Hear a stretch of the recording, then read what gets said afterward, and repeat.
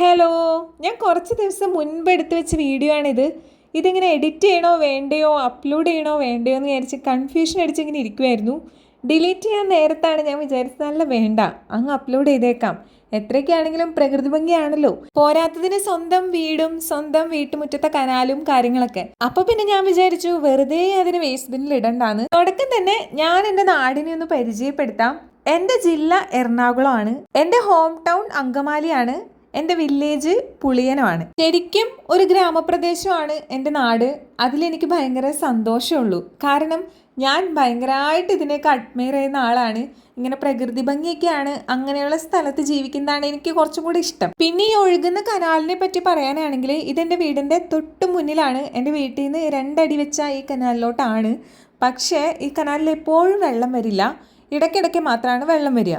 ആ സമയത്താണെങ്കിൽ നല്ല ഭംഗിയായിരിക്കും ഇതിൽ കൂടെ നടക്കാനും ഇവിടെ വന്നിരിക്കാനും ഒക്കെ. അപ്പോൾ ഇതെൻ്റെ ചേച്ചിയുടെ മോളാണ്. ഇവൾക്ക് എക്സാമും കാര്യങ്ങളൊക്കെ ആയതുകൊണ്ട് വെള്ളത്തിൽ ഇറങ്ങണ്ട എന്ന് ഞാനിങ്ങനെ വാശി പിടിച്ച് നിർത്തിയേക്കുന്നതാണ്. പക്ഷെ കുറച്ച് കഴിഞ്ഞപ്പോൾ ആളെൻ്റെ പിടിയൊക്കെ വിട്ടു പോയിട്ടോ. ശരിക്കും പറഞ്ഞാൽ അവളോട് ഈ വെള്ളത്തിൽ ഇറങ്ങി കളിക്കണ്ട എന്ന് പറയാൻ എനിക്കൊരു യോഗ്യതയില്ല കേട്ടോ.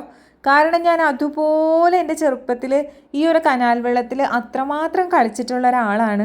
അതിപ്പോൾ എക്സാം ആണെന്നില്ല, മഴക്കാലമാണെന്നില്ല, വയ്യായികയാണെന്നില്ല, എനിക്ക് ഒരു പ്രശ്നവുമില്ല. ഈ കനാലിൽ വെള്ളം ഉണ്ടെങ്കിൽ ഞാനും എൻ്റെ കൂട്ടുകാരും ചേച്ചിമാരും ഉറപ്പായിട്ടും രാവിലെ മുതലേ ഇതിനകത്തായിരിക്കും. ആ ഒരു മെമ്മറീസ് ഷെയർ ചെയ്താലും തീരത്തില്ല, അത്രയും അടിപൊളി മെമ്മറീസാണ് കേട്ടോ. ഇപ്പം നിങ്ങൾ കാണുമ്പം ബോയ്സും ഗേൾസും കുഞ്ഞു കുട്ടികളൊക്കെ ഒരുമിച്ചാണ്.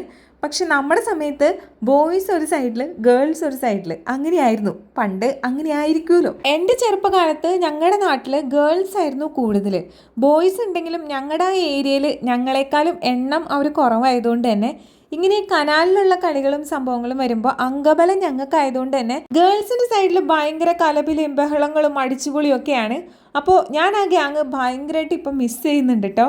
പണ്ട് കനാലിൽ വെള്ളം വന്നു എന്ന് പറഞ്ഞു കഴിഞ്ഞാൽ ഓടിപ്പോയി അമ്മയുടെ അടുത്ത് റിക്വസ്റ്റ് ചെയ്യും, കനാൽ വെള്ളത്തിലിട്ട് കളിക്കാൻ വേണ്ടി വാഴപ്പിണ്ടി വേണം. വാഴപ്പിണ്ടി വെറുതെ ഒരു വാഴപ്പിണ്ടി മാത്രമല്ല, ചങ്ങാട ഉണ്ടാക്കാൻ ഒരു 4-5 വാഴപ്പിണ്ടി വേണം. അപ്പം നമ്മുടെ പറമ്പിൽ നിന്ന് ഒരു 2 എണ്ണം എടുക്കുവാണെങ്കിൽ അപ്പുറത്തെ കൂട്ടുകാരിയുടെ പറമ്പിൽ നിന്ന് 1 എണ്ണം എടുക്കും, അപ്പുറത്തെ ആളുടെ പറമ്പിൽ നിന്ന് 2 എണ്ണം എടുക്കും. അങ്ങനെ ഒരു 5-8 വാഴപ്പിണ്ടി വെച്ചിട്ട് ഒരു വലിയ ചെങ്ങാടം ഉണ്ടാക്കും. പിന്നെ പറയണ്ടല്ലോ, അതിനകത്ത് കയറി ഇരിക്കലായി തുഴയലായി അങ്ങനെ ഭയങ്കര അടിപൊളിയായിരിക്കും. ചെങ്ങാടത്തിന്റെ കാര്യം പറയുമ്പം എനിക്ക് പറയാതെയും ഓർമ്മിക്കാതെയും ഇരിക്കാൻ പറ്റാത്ത ഒരു വലിയ സംഭവമുണ്ട്. അതായത് ഞങ്ങൾ ചെറുതായിരിക്കുമ്പം ഞങ്ങളൊരു 7ാം ക്ലാസ് 8ാം ക്ലാസ്സിലൊക്കെ പഠിക്കുന്ന സമയത്ത് ഞങ്ങൾ ഒരുമിച്ചൊരു ചങ്ങാടം ഉണ്ടാക്കി. ഞങ്ങൾ ഉണ്ടാക്കിയ ആൾക്കാരല്ലാതെ തന്നെ പുറത്തുനിന്ന് ഒരാൾ അതിനകത്ത് കയറിയിരുന്ന് സേഫായിട്ട് യാത്ര ചെയ്യുന്നത് കാണണം എന്നൊരാഗ്രഹം, ആവശ്യമില്ലാത്തൊരാഗ്രഹം ഞങ്ങളുടെ മനസ്സിലൊക്കെ വന്നേ. ഞങ്ങൾ ഉണ്ടാക്കിയ ചെങ്ങാടത്തിലാണെങ്കിൽ കയറാനായിട്ട് ഒരൊറ്റ മനുഷ്യൻ ധൈര്യം കാണിക്കുന്നില്ല. അങ്ങനെ ഇരിക്കുമ്പോഴാണ് അകലേന്ന് ഒരു അമ്മായി നടന്നു വരുന്നേ. അമ്മായി എന്ന് പറയുന്നത് നമ്മുടെ വീടിൻ്റെ അടുത്തൊരു അമ്മായിയാണ്. ആളെ കണ്ടതും ഞങ്ങൾ തീരുമാനിച്ചു ഞങ്ങളുടെ ഇന്നത്തെ ഇര അമ്മായി തന്നെയെന്ന്. അങ്ങനെ അമ്മായിനെ വിളിച്ചിട്ട് ഞങ്ങൾ പറഞ്ഞു, അമ്മായിക്ക് അപ്പുറത്തേക്ക് പോകണോ, ഞങ്ങളുടെ ചെങ്ങാടത്തിൽ കയറി പോയാൽ മതി, ഇത്രയും ദൂരം നടന്നു പോകണ്ട എന്നൊക്കെ പറഞ്ഞ് ഞങ്ങൾ അമ്മായിനെ അങ്ങോട്ട് കൺവിൻസ് ചെയ്തു. അങ്ങനെ അമ്മായി എന്ത് പറഞ്ഞു, ഓക്കെ മക്കളെ, നിങ്ങൾ ഉണ്ടാക്കിയ ചെങ്ങാടത്തിൽ ഞാൻ കയറിക്കോളാം എന്ന് പറഞ്ഞ് അമ്മായി ഈ ചെങ്ങാടത്തിലേക്ക് ഒരു കാലെടുത്ത് വെച്ചു. ഞങ്ങളെല്ലാവരും കൈയൊക്കെ പിടിച്ച് അടുത്ത കാലെടുത്ത് വെച്ചതും ചെങ്ങാടത്തിന്റെ ഒരു സൈഡങ്ങ് മേലോട്ട് പൊങ്ങി അമ്മായി കമിഴ്ന്നടിച്ച് ഒറ്റ വീഴ്ച വെള്ളത്തിലോട്ട്. അന്നേ അമ്മായിക്ക് കുറച്ച് പ്രായമുണ്ട്, അതുകൊണ്ട് തന്നെ അമ്മായി പെട്ടെന്നങ്ങ് എഴുന്നേറ്റ് വന്നില്ല കേട്ടോ വെള്ളത്തിൻ്റെ അടിയിൽ നിന്ന്. ആൾ കുറച്ച് നേരം വെള്ളത്തിൻ്റെ അടിയിൽ അങ്ങനെ കിടന്നുപോയി. അപ്പം നമ്മളാകെ പാനിക്കായി. പക്ഷെ ഞങ്ങളുടെ കൂട്ടത്തിലുണ്ടായ ഒരാൾ പെട്ടെന്നെടുത്ത് ചാടി അമ്മായിനെ അങ്ങ് പൊക്കിക്കൊണ്ട് വന്ന്. പിന്നെ അമ്മായിയുടെ വായിലിരിക്കുന്നത് ഞങ്ങൾ കേട്ടില്ലെങ്കിലാണല്ലോ അത്ഭുതമുള്ളൂ. പക്ഷെ ഞങ്ങൾ അതൊക്കെ ഒരു സ്പോർട്സ്മാൻ സ്പിരിറ്റിൽ അങ്ങ് എടുക്കുവേ. ഇന്നിപ്പോഴും അമ്മായിനെ കാണുമ്പോൾ ഞാൻ ആ കാര്യം ഓർക്കും. അമ്മായി ചിലപ്പോൾ അതൊക്കെ മറന്നുപോയിട്ടുണ്ടാവും, പക്ഷെ എനിക്കത് അങ്ങനെ പെട്ടെന്ന് മറക്കാൻ പറ്റില്ല. ഞങ്ങളന്ന് ചെറിയ കുട്ടികളാണല്ലോ, അപ്പം അത് കണ്ടിട്ട് ഞങ്ങൾ കുറച്ച് ടെൻഷൻ അടിച്ചായിരുന്നു. അതുകൊണ്ട് തന്നെ എൻ്റെ കോർ മെമ്മറിയിലുള്ളൊരു സംഭവമാണ് ഈ ഒരു അമ്മായി വീണൊരു കാര്യം കേട്ടോ.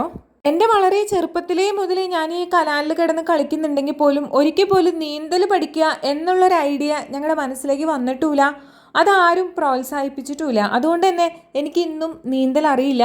പക്ഷെ അവസരം കിട്ടുവാണെങ്കിൽ ഉറപ്പായിട്ടും നീന്തൽ പഠിക്കണം എന്നൊരാഗ്രഹം എൻ്റെ ഉള്ളിലുണ്ട്. ഇപ്പോഴാണെങ്കിൽ എല്ലാവരും വീടിൻ്റെ ഉള്ളിലാണല്ലോ അലക്കലും കാര്യങ്ങളൊക്കെ, വാഷിംഗ് മെഷീനൊക്കെ ഉള്ളതുകൊണ്ട്.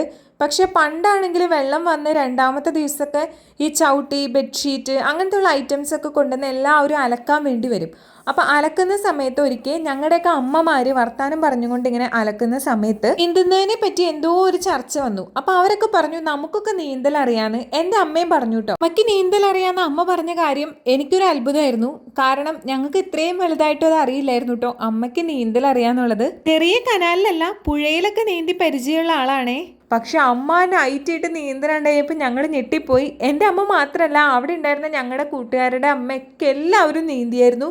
എന്നാൽ പോലും ഒരു നീന്തൽ പഠിച്ചത് നന്നായിരുന്നു എന്ന് ഞങ്ങൾ ചിന്തിച്ചിട്ടില്ലായിരുന്നു കേട്ടോ. അതുകൊണ്ട് തന്നെ ഞങ്ങളുടെ കൂട്ടത്തിൽ ആർക്കും നീന്തൽ അറിയില്ല, ഇപ്പോഴും അറിയില്ല എന്നാണ് എൻ്റെ ഒരു വിശ്വാസം. എന്തായാലും എനിക്കും ചേച്ചിമാർക്കും അറിയില്ല കേട്ടോ, പഠിച്ചെടുക്കണം പതുക്കെ. ഇക്കാലത്തെ മറക്കാൻ പറ്റാത്ത ഒരു മെമ്മറിയാണ് ഈ കനാലും ഈ കനാൽ വെള്ളവും ഈ ബണ്ടും ഒക്കെ. പക്ഷേ ഞങ്ങൾക്ക് വേറെ കുറേ നല്ല നല്ല മെമ്മറീസ് ഉണ്ട് കേട്ടോ. അതായത് കുട്ടിപ്പര കെട്ടി കളിക്കുന്ന ഒരു പരിപാടി നമുക്ക് ഉണ്ടായിരുന്നു. ഞാൻ പറഞ്ഞല്ലോ നമ്മുടെ നാട്ടിൽ കുറേ ഗേൾസ് ഉണ്ടായിരുന്നു. അപ്പോൾ അതുകൊണ്ട് തന്നെ എല്ലാവരും ഒരു വീട്ടിലോട്ട് വരും. എന്നിട്ട് ആ വീടിന് ചുറ്റും കുട്ടിപ്പര കെട്ടു കേട്ടോ. നമ്മൾ ഈ പഴയ സാരിയില്ലേ അതും പട്ടക്കോലും ഒക്കെ വെച്ച് അതുമ്മ പട്ടക്കോലും ഈ സാരി ചുറ്റി അങ്ങനെയാണ് നമ്മൾ കുട്ടിപ്പര ഉണ്ടാക്കുക. എന്നിട്ട് ഈ കുട്ടിപ്പരയ്ക്കകത്ത് നമ്മൾ പാത്രങ്ങളായിട്ട് ചിരട്ടയാണ് ഉപയോഗിക്കുക. കുട്ടിപ്പരയാണെങ്കിലും നമ്മുടെ പെരയ്ക്കകത്ത് എല്ലാം ഉണ്ടാവും കേട്ടോ. മുളക് പൊടി, മഞ്ഞപ്പൊടി, മല്ലിപ്പൊടി, സാമ്പാർ പൊടി, കഞ്ഞി, ചോറ് എല്ലാം ഉണ്ടാവും കേട്ടോ. ഇതൊക്കെ ഓരോരോ ഐറ്റംസ് ആയിരിക്കുന്നു മാത്രം. ഐറ്റംസ് എന്ന് പറയുമ്പോൾ നമ്മുടെ ഈ കല്ലും മണ്ണും ഒക്കെ ചേർന്ന് ഉണ്ടാക്കിയ എന്തെങ്കിലുമൊക്കെ ഐറ്റംസ് ആയിരിക്കും. അന്ന് നമ്മുടെ കിണർ പണി കഴിഞ്ഞിരിക്കുന്ന സമയമായതുകൊണ്ട് ഈ കിണറിൻ്റെ അടിയിൽ നിന്ന് കോരിയിടുന്നൊരു മണ്ണിന് മഞ്ഞ കളറൊക്കെ ഉണ്ടാവും. ചിലപ്പോൾ വെള്ള കളറ് തരികളുള്ളൊരു കല്ലും ഉണ്ടാവും. അതൊക്കെ പൊടിച്ചിട്ടാണ് നമ്മൾ പഞ്ചസാരയും മഞ്ഞപ്പൊടിയൊക്കെ ആക്കുന്നത് കേട്ടോ. ഇതൊക്കെ എല്ലാവരും ചെയ്തിട്ടുണ്ടാവും, പ്രത്യേകിച്ച് 90s കിഡ്സൊക്കെ. കുഞ്ഞിപ്പര കെട്ടി കളിക്കുന്ന സമയത്ത് നമ്മളെല്ലാവരും അഡൾട്ട്സ് ആയിട്ടാണല്ലോ അഭിനയിക്കുക. അപ്പോൾ നമുക്ക് എല്ലാവർക്കും ഓരോ കുട്ടികൾ വീതം ഉണ്ടാവും, 1ഉം 2ഉം ഒക്കെ ഉണ്ടാകും. അപ്പോൾ എനിക്കുണ്ടായിരുന്നു ഒരു കുട്ടി.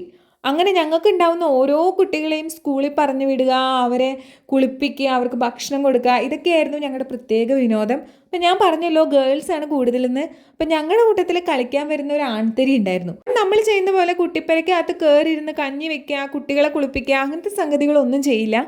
അവനാകെ ചെയ്യുന്ന സംഗതി എന്താണെന്ന് വെച്ചാൽ പാളയുണ്ടല്ലോ, ആ പാളയിൽ കയറ് കെട്ടിയിട്ട് അവനത് സ്കൂൾ ബസ്സാക്കും. എന്നിട്ട് നമ്മൾ നമ്മുടെ പിള്ളേരെ അവൻ്റെ അടുത്ത് സ്കൂൾ ബസ്സിൽ പറഞ്ഞു വിടും. എന്നിട്ട് ഈവനിങ് ആകുമ്പോൾ നമ്മൾ പിള്ളേരെ വിളിച്ചുകൊണ്ട് വരും. അങ്ങനത്തെ ഓരോ വട്ട് കളികളൊക്കെ ആയിരുന്നേ.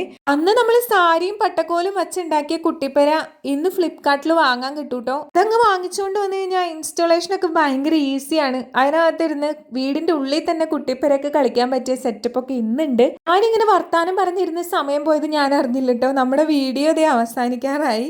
അപ്പോൾ എനിക്ക് പ്ലേ ബട്ടൺ കിട്ടിക്കഴിഞ്ഞപ്പോൾ നമ്മുടെ ഈ കനാലിൽ ഇപ്പോഴത്തെ പിള്ളേരൊക്കെ ആയിട്ട് ഞാൻ ആ ഹാപ്പിനെസ് ഷെയർ ചെയ്തു. എൻ്റെ ഫ്രണ്ട്സ് ഇപ്പം എൻ്റെ കൂടെ ഇല്ല, അവരെല്ലാവരും ഫാമിലിയൊക്കെ ആയിട്ട് ബിസിയായി. എന്നാലും ഈ കുട്ടിപ്പട്ടാളങ്ങളുടെ കൂടെ എൻജോയ് ചെയ്യാനും ഒരു രസമൊക്കെ ഉണ്ട് കേട്ടോ. നിങ്ങൾക്ക് ഇങ്ങനെ എന്തെങ്കിലും മറക്കാൻ പറ്റാത്ത അടിപൊളി മെമ്മറീസ് ഉണ്ടെങ്കിൽ കമൻസിൽ ഷെയർ ചെയ്യണേ. അപ്പോൾ ബൈ.